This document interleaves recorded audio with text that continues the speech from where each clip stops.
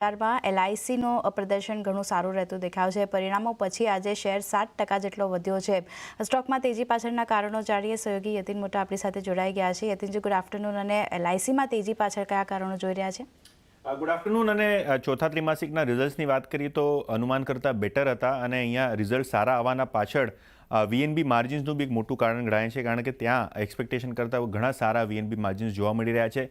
તેની સિવાય આપણે જોઈએ તો મેનેજમેન્ટની કમેન્ટ્રી બી સારી હતી, જેમાં તેઓ આગળના ક્વાર્ટર્સ માટે પોતાના માર્જિનને સ્થિરતા આપવાની વાતો કરી રહ્યા છે અને બિઝનેસ ગ્રોથની વાતો કરી રહ્યા છે.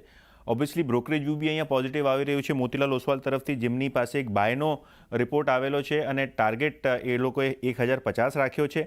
એમને લાગે છે કે જે નોન પાર બિઝનેસ છે એમાં જે કોન્ટ્રીબ્યુશન આવી રહ્યું છે તેના કારણે માર્જિનને સ્થિરતા મળશે આગળ જતાં. અને ક્યાંક ને ક્યાંક મેનેજમેન્ટે જે ગ્રોથની વાત કરી છે ઇન્સ્યોરન્સ પ્રીમિયમ્સને લઈને, એ ઘણી ઉત્સાહજનક છે. ઇનફેક્ટ ગોલ્ડમેન સેક્સ ન્યુટ્રલ રેટિંગ છે, પણ તેમનું માનવું એ છે કે પ્રોડક્ટ મિક્સ સારા હોવાના ચાલતા માર્જિન્સમાં એક સુધારો જોવા મળી રહ્યો છે. નોન પાર પ્રોડક્ટ્સનું જે કોન્ટ્રીબ્યુશન છે અને જે માર્જિન્સ આગળ જતાં વધવાના છે તેના કારણે તેઓ અહીંયા થોડુંક પોઝિટિવ સ્ટાન્સ સાથે સ્ટોકમાં બિઝનેસ જોઈ રહ્યા છે. આગળ જતાં બી અગર વેલ્યુએશન્સની વાત કરીએ તો જે એમ્બેડેડ વેલ્યુ છે તેના કરતાં ફક્ત 0.7 ટાઈમ્સ, એટલે 30% ડિસ્કાઉન્ટ ઉપર તમને આ કાઉન્ટર મળી રહ્યું છે, જેના કારણે આજે કદાચ આ કાઉન્ટરમાં આપણે વેલ્યુ બાઇંગ જોઈ રહ્યા છે. ઇન્ટ્રાડેમાં લગભગ 8%, 9% સુધીની તેજી અહીંયા જોવા મળી રહી છે. ઓકે, તો ખાસ કરીને નંબર્સ જે રીતે અપેક્ષા કરતાં સારા આવતા દેખાય છે, બ્રોકરેજ રિપોર્ટ સારા આવ્યા છે અને કારણે સ્ટોકમાં પોઝિટિવ કામકાજ જોઈ રહ્યા છે. આભાર યતિન આપનો સમગ્ર માહિતી આપવા માટે. તો જે રીતે જોઈ રહ્યા છે કે એલઆઈસીમાં હજી પણ તેજી જે છે 7%ની આસપાસની ઇન્ટેક રહેતી દેખાય છે. 7.5%ની આસપાસની તેજી સાથેનું કામકાજ થઈ રહ્યું છે. હેમંતજી, તમે કઈ રીતે એલઆઈસી માટે ધ્યાન રાખી રહ્યા છો? નંબર્સ આપણે જોઈએ તો યર ઓન યર બેઝિસ પર જો કમ્પેરિઝન કરીએ તો થોડા ઓછા નંબર્સ છે, પણ અપેક્ષા હતી એના કરતાં સારા નંબર્સ. અને જે રીતે યતિનજીએ પણ જણાવ્યું કે વીએનબી માર્જિન સુધર્યા છે, એનું એક મોટું કોન્ટ્રીબ્યુશન આપણે જોઈ રહ્યા છે. નંબર્સ સારા આવ્યા છે. રિન્યુએબલ વધારા પર હવે કંપની જે છે તે પોતાનું ધ્યાન કેન્દ્રિત કરતી જોવા મળશે.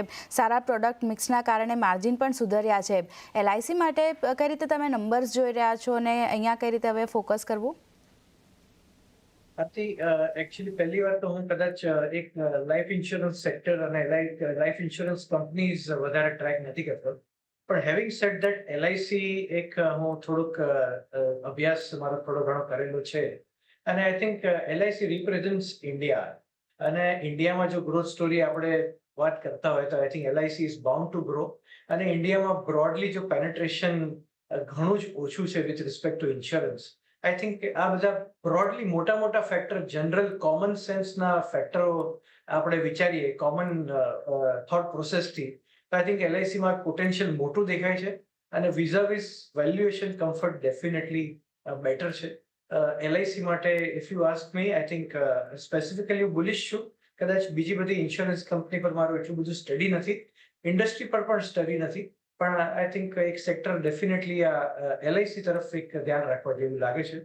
આઈ એમ સોરી, હું કદાચ સ્ટોક સ્પેસિફિક વાત કરું છું, પણ આઈ થિંક એલઆઈસી માટે I think I M reasonably bullish, કારણ કે ઇટ રિપ્રેઝન્ટ્સ ઇન્ડિયા અને આઈ એમ બુલિશ ઓન ઇન્ડિયા.